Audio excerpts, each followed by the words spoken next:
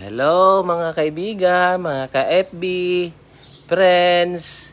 Ito yung typical na ginagawa natin pag wala tayong trabaho.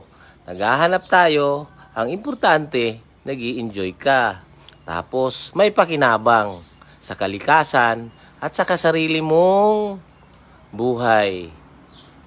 Hanap ng paraan para maging masaya. I-enjoy lang ang buhay.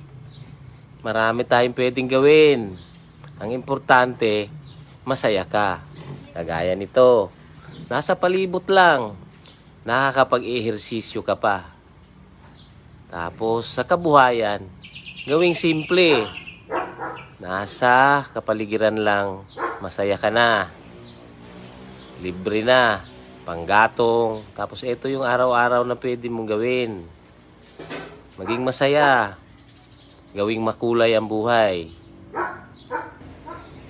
Ito. Tapos, pwede. Hindi porket gawain ng babae, hindi natin pwedeng gawin. Lahat ng pwedeng gawin sa buhay. Basta ang importante, masaya ka.